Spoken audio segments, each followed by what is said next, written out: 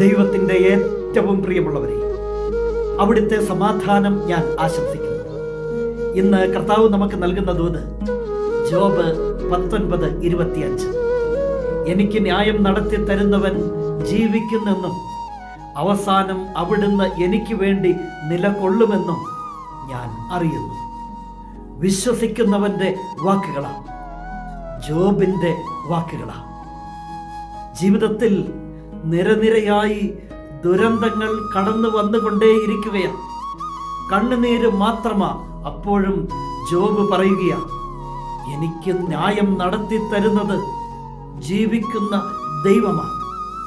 അവിടുന്ന് അവസാനം എനിക്ക് വേണ്ടി നിലകൊള്ളും എന്ന് ഞാൻ അറിയുന്നു, ഞാൻ വിശ്വസിക്കുന്നു.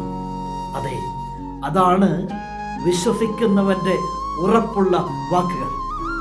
ഇന്ന് ജീവിതത്തിൽ കണ്ണീരണിഞ്ഞവരെ, ദുരന്തങ്ങളിലൂടെ കടന്നു പോകുന്നവരെ, രോഗങ്ങളും മറ്റു പല വിധത്തിലുമുള്ള തകർച്ചകളിലൂടെയും ജീവിക്കുന്നവരെ, ഈ വചനം കേൾക്കണം, അത് വിശ്വസിക്കണം. ഇന്നുകൊണ്ട് ഒന്നും അവസാനിക്കുന്നില്ല. ഇന്നുകൊണ്ട് ലോകം അവസാനിക്കുന്നില്ല. ഇതും കടന്നു പോകും. ഇതിൻ്റെ ഒരു അവസാനമുണ്ട്. അന്ന് നിന്റെ ദൈവം നിനക്ക് വേണ്ടി നിലകൊള്ളും, നിന്നെ അനുഗ്രഹിക്കും, നിന്നെ സൗഖ്യപ്പെടുത്തും, നിന്നെ വിജയിപ്പിക്കും.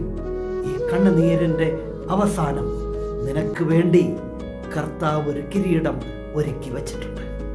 കരുണാമയനായ ദൈവം നമ്മെ എല്ലാവരെയും സമൃദ്ധിയായി അനുഗ്രഹിക്കട്ടെ.